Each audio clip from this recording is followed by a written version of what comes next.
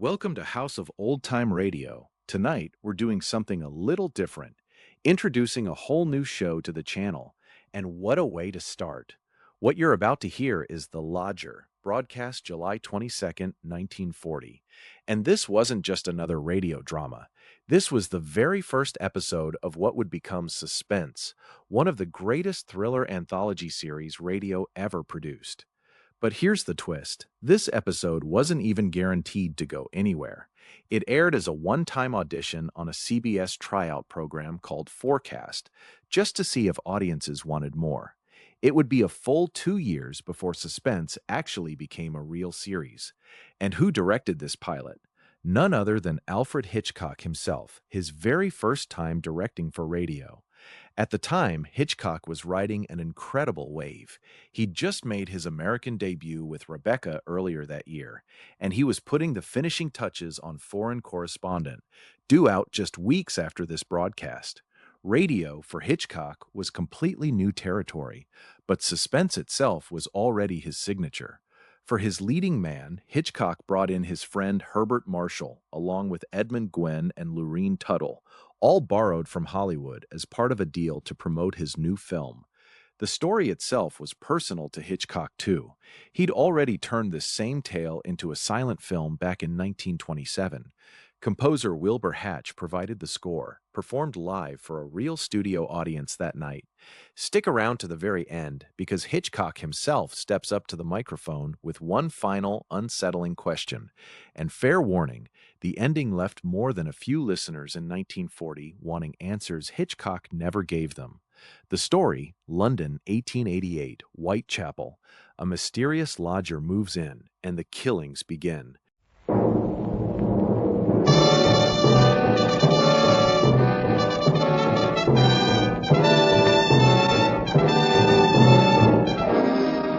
This is Hollywood and CBS presenting Forecast number 4. Herbert Marshall, directed by Alfred Hitchcock in the first program of a proposed new series entitled Suspense.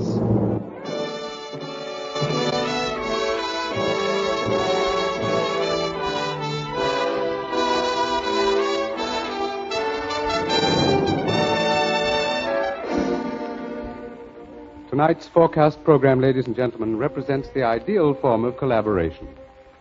Mr. Alfred Hitchcock, brilliant English director of such outstanding motion pictures as The 39 Steps, Rebecca, and Foreign Correspondent, was eager to create a very special type of radio drama, the suspense story. As narrator and star for his production, he thought at once of the distinguished actor with whom he had been associated in countless British film successes, Herbert Marshall. Mr. Marshall suggested that they dramatize a certain favorite story of his. And that story happened to be the very one Mr. Hitchcock had had in mind. Mrs. Belloc Lowndes' classic in Chills, The Lodger.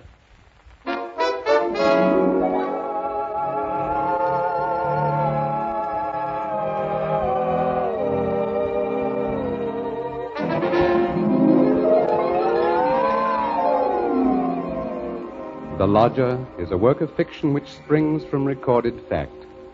A story which begins in the year 1888 in London. A London terrorized by the fifth in a succession of recent murders. It was believed that these deeds were the work of one person, a tall, gaunt figure in a black Inverness cape, carrying a small, narrow bag. That meager description, provided by a highly unnerved witness, was the sum total of all that was known of the murderer.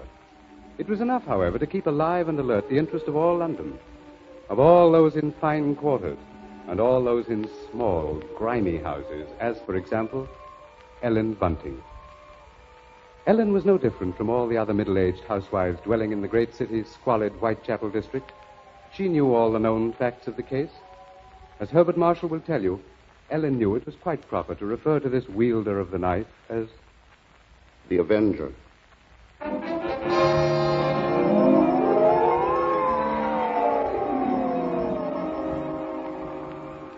Of course, Ellen Bunting was far more concerned with her personal problems than with thoughts of the Avenger.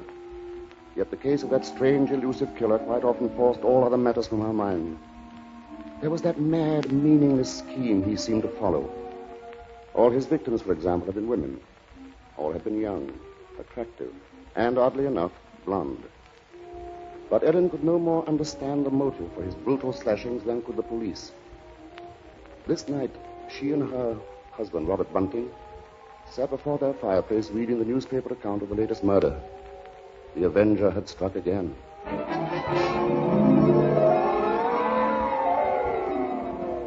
As Ellen expressed it, he might be anybody. He might be the fellow you pass on the street. It's a terrible thought. Yes. If only the police had something to go on. It looks like that Avenger's just too quick for him. Look, it says here that this girl he got last night was like all the others. Pretty, blonde, and, let's see, described by her friends as a very light-hearted girl. What a pity. Did you ever stop to think who fits that to a T? In fact, fits all those girls? Why... Why, my own Daisy. Oh, that's a horrible thought. Well, maybe it's a good thing she's with her aunt, then, instead of here. London ain't a safe place for any girl right now. Just the same, I can't help thinking how fine it'll be to have her back in. Now, Bunting, you know that Daisy seems just as much my own daughter as she is yours. But I'm telling you, there's no sense even thinking about having her back right now. We just can't afford it. Oh, I know that, Ellen. Only, well, maybe we could manage it some way. How? Haven't I scrimped myself half crazy trying to keep us going?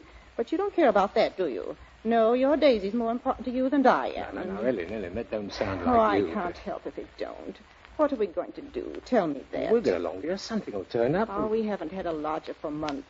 Nobody even comes to look at the room anymore. Yes, but things will work out, Ellen. Oh, they ain't never going to work out. Soon we won't even have a roof over our heads and... Oh, I'm sorry, Robbie. I didn't mean to take on so... Oh, I know, dear, I know. It's all right. Oh, I didn't think it. It's just that I've been so worried. Well, don't you go worrying another second, old girl. Why, first thing you know, you won't be pretty anymore. You'll have your face all wrinkled now, and see Now, here, come on, now, Bunting. let's see a smile. Come on, just have one smile. Leave me Just alone. one I smile won't. like you used to, eh? Who do you suppose that could be? The late visitors. Bunting, do you think it could be somebody looking for rooms? Well, it might be. You want me to go to the door? No, I'll go. Oh. You just stay here. Yes, all right. Now, be sure you get a good look at the rooms before you let them in, dear. Oh, I'm coming. Oh, I do hope it's... Yes, sir? Is it not true that you let lodgings? Yes, sir. Won't you come in, sir? Thank you. Could I take your cape, sir? There's no need. Now, I'm looking for a quiet room. It must be quiet. Oh, we have that, sir. Above all, our house is quiet. Your bag, sir. May I take it? No, I'll hold it. You'll be so good as to show me the room, please. Oh, yes, sir. It's right up these stairs, sir. This way. Thank you. You see, sir, there's just my husband and me here, and we're ever so quiet, and I'm sure you'll find this room to your liking, sir. Here we are. Now, I'll just light the gas. There. Very good. It is pleasant, isn't it, sir? And there's not many rooms with such pretty pictures, are there now? We've had them in the family for years, sir, and... Pictures interest me very little. You see, what really impresses me about the room is the very simplicity of it, the bareness. Yes, sir. It's not at all crowded, is it? It will be quite suitable, Mrs. Bunting's. Mrs. Bunting. You see, I do a great deal of studying in my book here, the Holy Bible. Yes, sir. Please, sir, let me help with your luggage. No, don't touch it. Oh, but I only wish to... Oh, you only wish to help, of course. You must forgive me, Mrs. Bunting. It's just that I'm so very weary. Of course, sir. He bringeth them to their desired haven. Beautiful words, Mrs. Bunting. Indeed they are, sir. And now at last I have found my haven of rest. Yes, sir. Then you'll be taking the room. Let us see now. What are you going to charge me? With attendance, mind. I shall be staying in most of the time, and I shall be wanting meals. Oh, we can see to that, sir. Then does 30 shillings a week suit you? 30... Why, yes, sir. Yes, sir, that will be quite all right. Good, and I shall pay you in advance. My name is Sleuth, Mrs. Bunting. Mr. Sleuth. Sleuth. Think of a hound, Mrs. Bunting, and you'll never forget my name. 23, 4, 30 shillings. Thank you, sir. And I think I should enjoy a little light supper now, Mrs. Bunting. Bread and butter, perhaps. Could you arrange that? Well, certainly, sir. I'll do that now. And if you'd be requiring any beer or spirits... Certainly not. Oh, sir. What did did I say? I thought you understood me, Mrs. Bunting, and I had hoped that you and your husband were abstainers. But we are, sir. We don't keep nothing about. I would have had to go out and... Of course. Oh, I'm sorry, Mrs. Bunting. I fear I spoke sharply. I don't wish you to think me rude. After all, you've been so kind, considerate. I hope I know a gentleman when I see one.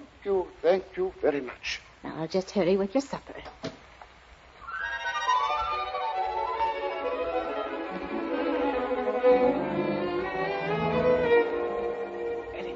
Ellen, did he take the room? No, don't bother me now. I have to get him some supper. What do you mean? Come to the kitchen where he won't hear us. He took it, Ellen? Yes, He took the room? Yes, we're all right now. Look, 30 shillings. A week in advance. Oh, it's wonderful, wonderful. And Ellen, do you see what this means? Yes, you can have Daisy now. Yes. Here, Bunting, warm that teapot and put some tea leaves. Righto. Yeah, do you know something, old girl? We're not going to worry too much about Daisy being in danger of that Avenger fella. Whatever do you mean, Robbie? Well, she's not a girl who takes a drink, you know. What's that to do with it, please? Oh, something I read in the paper while he was upstairs with the gentleman. They just found out that every one of the Avenger's victims had been drinking. They figured he must be some kind of a rabid abstainer. What a peculiar chap. Now hurry, Bunting, please. Yeah. Two thoughts only governed Ellen's mind. The lodger's light supper and her own good fortune at having such a lodger. Mr. Sleuth was an eccentric sort, but then he was such a gentleman, so quiet, so very religiously inclined. She started up the staircase to Mr. Sleuth's room, her husband at her side. Won't be no harm to be safe, though, once Daisy's back in London, eh? We'll see she stays closer in the house. Well, I'll be downstairs. Hurry up with your supper, old girl. She has cast down many wounded from her. Yea, many strong men have been slain by her. Come in. And to know the wickedness of folly. Why, Mr. Yes? What is it? Those pictures. Those pretty girls. You've turned all their faces to the wall.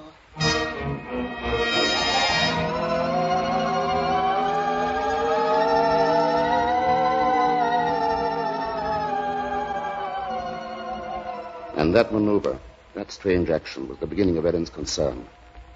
Soon there came to her a recollection of the black Inverness cape, the small, narrow bag, the urgent matter of alcoholic drink. And these details began to shape themselves into a pattern which grew more disturbing with each passing hour. The day following, the lodger did not leave the upstairs room once, nor did he leave the next day. And the oddness of this took its place in the pattern.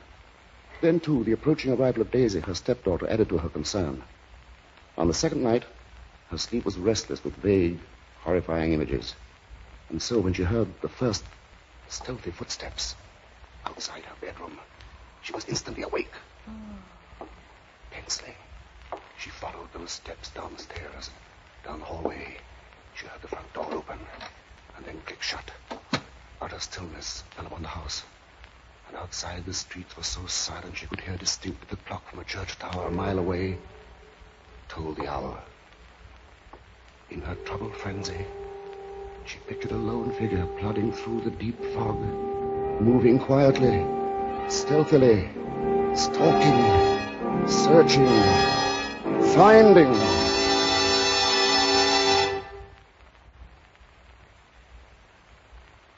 When, soon after she heard the lodger return, she sought to quiet the horrible dread which had possessed her. She assured herself that Daisy's arrival that day was no cause for alarm. Now she reasoned, how could there be anything really evil about so religious a gentleman as Mr. Sleuth? But for her there was no more sleep, merely a tormented state of half-consciousness, a state which suddenly dropped from her shortly after daybreak.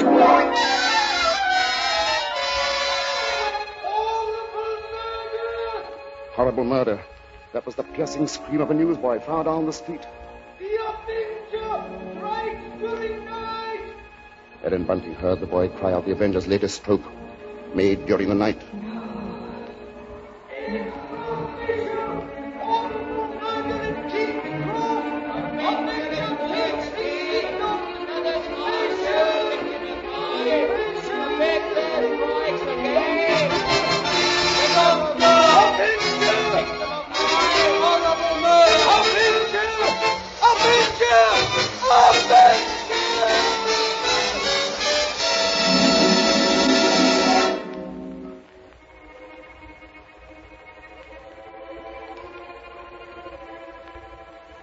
Ellen's first glimpse that morning of the grey-faced lodger brought the sleepless night's warm terror full to the surface. But on the next instant, she saw the pitiable, helpless weariness in his eyes, and curiously the terror began to pass. She found that she was hoping desperately that her fears were unfounded. Earlier, she had determined to tell Bunting of the awful convictions in her mind. Now, however, she felt she must be certain before she spoke to a soul. She knew there was one thing she must examine. That was the lodger's single piece of luggage. She'd thought of it often. What could it hold? Not much in the way of clothing, surely. It was too small, too narrow. It was more like a case. A case for a knife. It was along toward noon that Ellen found her opportunity to search the lodger's room. Soon after Bunting left to meet Daisy, Mr. Sleuth himself walked from the house. Ellen watched the tall, thin figure in the black Inverness cape disappear down the street, and then she rushed upstairs, into the room. Quickly, she moved to the closet. It was no different from what it had always been, utterly empty. She found nothing under the bed. She went then to the chest of drawers against the wall. She opened the top drawer and found inside nothing but a frayed shirt, 2 handkerchiefs. The next drawer, underclothes, socks. The next empty. There remained then only one possible place for the small, narrow bag, the bottom drawer, and it was locked. Tugging at the drawer, she heard suddenly the opening of the front door downstairs. Panic-stricken, she rushed out of the room and down the hall to the head of the stairs. Upstairs, Ellen?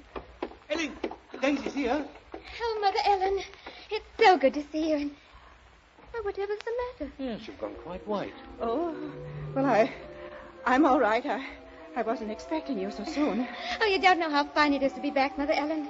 Oh, the country's all right in its way, but there's nothing like London now, is there? No, there isn't. But as long as that Avenger's about, I can see we're going to have to do something about these blonde locks, eh, Ellen? Oh, don't worry about that.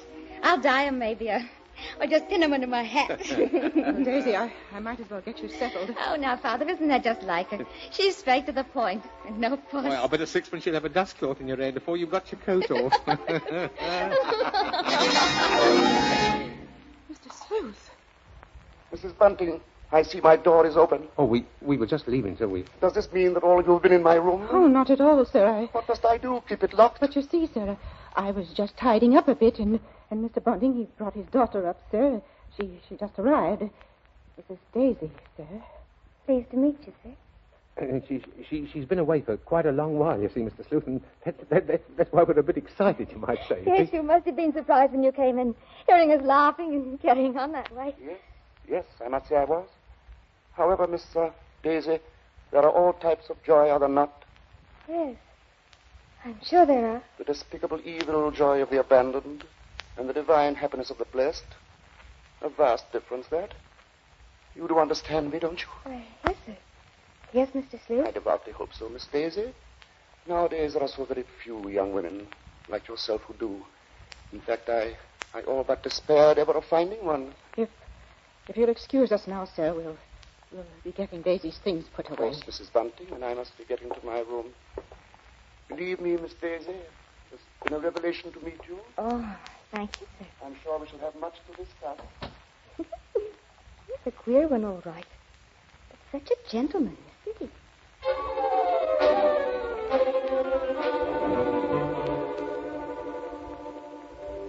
At that moment, Ellen had been determined to pour out her terrible knowledge, and then the moment passed by. She told herself that perhaps the past few days had been nothing more than a grim illusion, a tormenting play of imagination. She would wait then until she had attended the coroner's inquest into the last Avenger murder. There, perhaps, she could hear evidence to disprove all her fears, to assure her there was no earthly harm in Daisy being so near the lodger.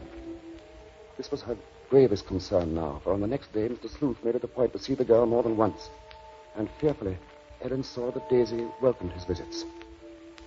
As Ellen was preparing to step out to the inquest, she heard once more the voices of her stepdaughter and the lodger coming to her through the kitchen door.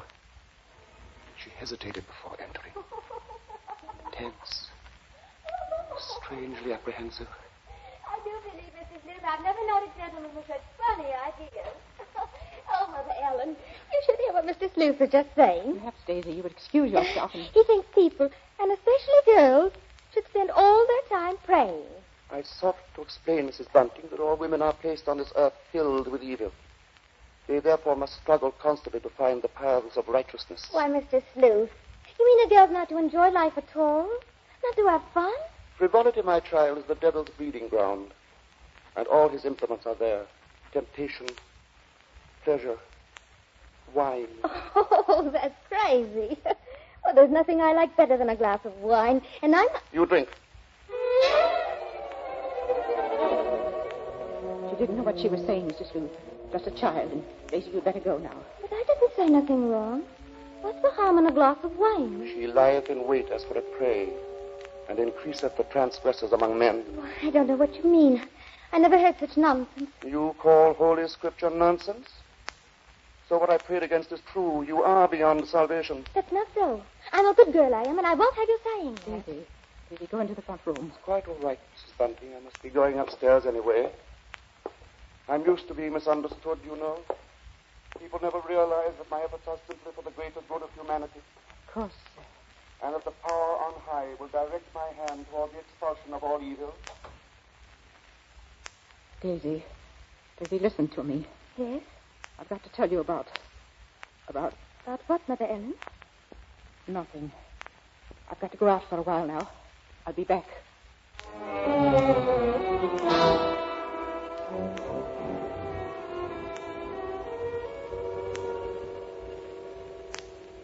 The moment to reveal the secret horror had come again and passed. Ellen's sudden recollection of Mr. Sleuth as he stood in the doorway had overwhelmed her. She must give him this last chance, this last frantic search for disproving evidence, this trip to the inquest. If that chance should fail, then she would tell Bunting or the police. So with the knowledge that Bunting was left in the house to look after Daisy, she boarded the underground train bound for the coroner's court. But as the train pulled away from the station, a new torture came to her, began to mount in her mind. It was the sudden realization that provided Sleuth was the murderer, she was equally responsible for his crimes. She had been giving him protection. If anything should happen to Daisy, she would be equally guilty. Fully as guilty as the Avenger.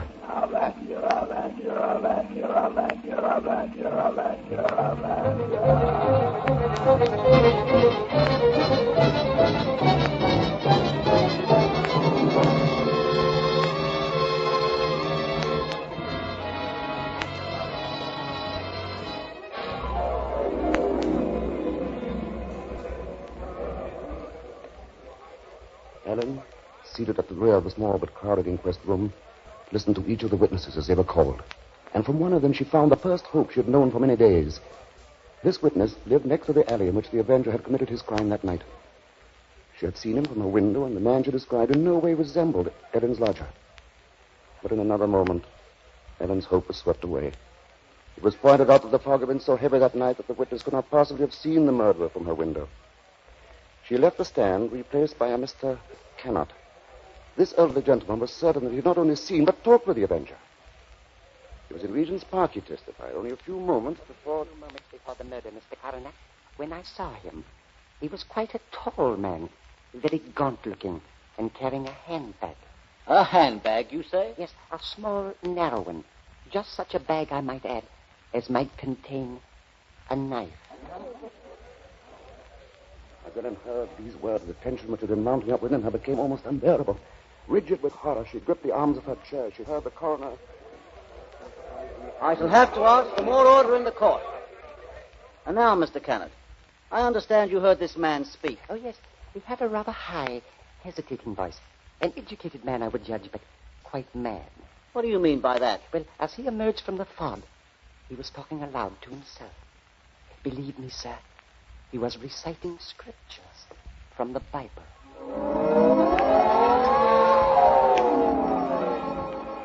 Scriptures from the Bible. Horrified, Ellen rose from her seat, only half hearing the confusion about her. Are you asking us to believe? I would say, Mr. Kennett, that the man we're looking for would be least of all a religious man. And that's where you're in error, Mr. Coroner. The religious note is the very key to the case. Very interesting.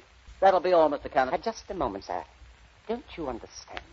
The man you're after must be a religious maniac. That's the only explanation possible. You will please stand down. The court was dismissing the very truth. Ellen knew that now. She could no longer keep silent. Her hands shot forth, and she screamed. I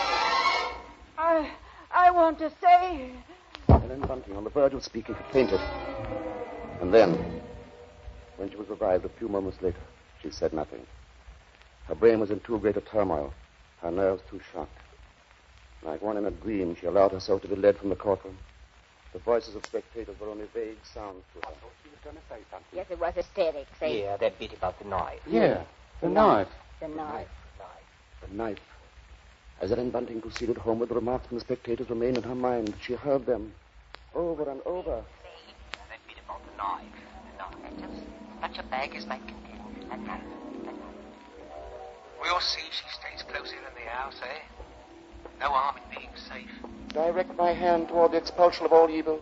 Expulsion of all evil. What's the harm in a glass of wine? I didn't say nothing wrong. As Ellen neared her neighborhood, her dread increased. With each moving footstep, the grip of terror grew tighter about her. She moved faster. If only she were in time. She was 2 streets away from the house. Then one. Then she saw Bunting. Sharply, like the thrust of a knife, she realized what this meant. Daisy was left alone with the lodger. Bunting!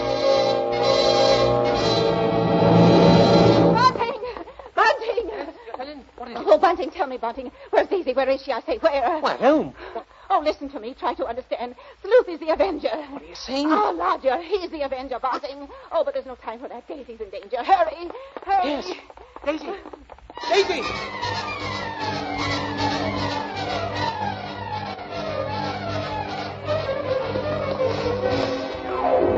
Here we are, Bunting. Here we are. Daisy! Oh, Daisy! Daisy, where are you? I look in the kitchen, Bunting. You tried the sitting room. Daisy! Daisy! Where are you, Daisy? Answer me! Daisy! Oh, Try the bedroom. she's not here. What about the dining room? Look, she's not there. She's not downstairs. Then there's just his room.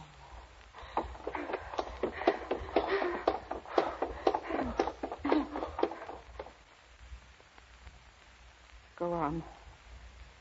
Open the door.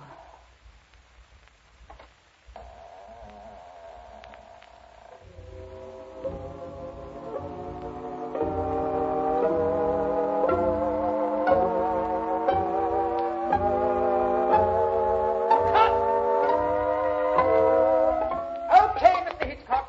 Track cut and clear. Did you say cut? What's the idea, Hitch? I have a few more lines to do. As Mr. Marshall, the narrator, you have, not as Mr. Sleuth, the lodger. Hitch, you can't stop the play right here. It isn't fair, you know. Why isn't it, Bob?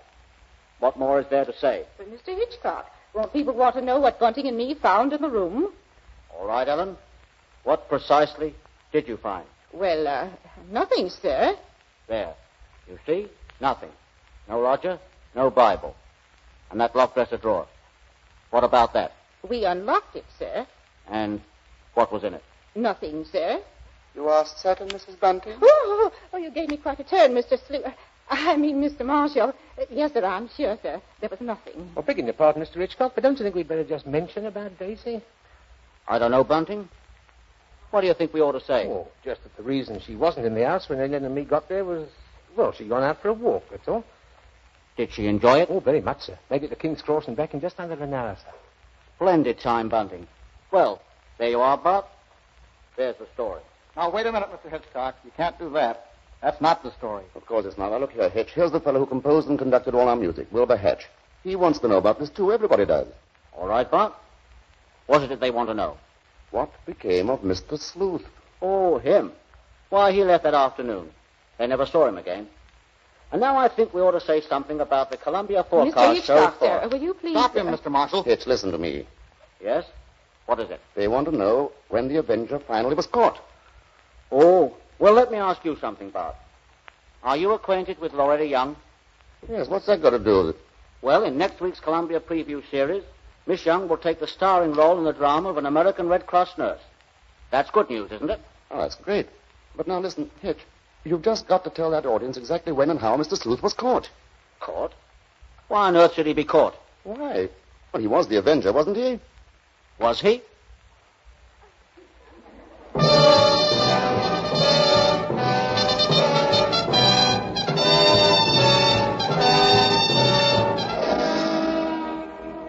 Your guess, gentle listener, is as good as ours.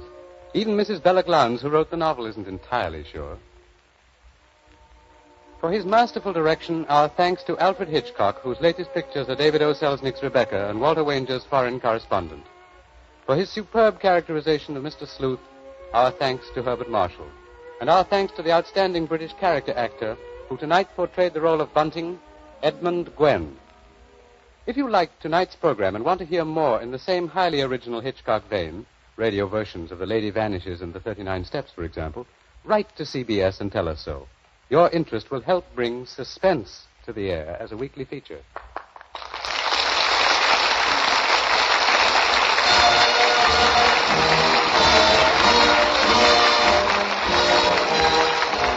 Forecast next week presents from Hollywood, Loretta Young in Angel, first of a proposed series based on the adventures and the romance of a typical Red Cross nurse. From New York, a new sort of comedy show, Ed Gardner as Archie in Duffy's Tavern, with Gertrude Neeson, Colonel Stoopnagle, Larry Adler, and John Kirby's orchestra. Don't miss Forecast at this hour next week.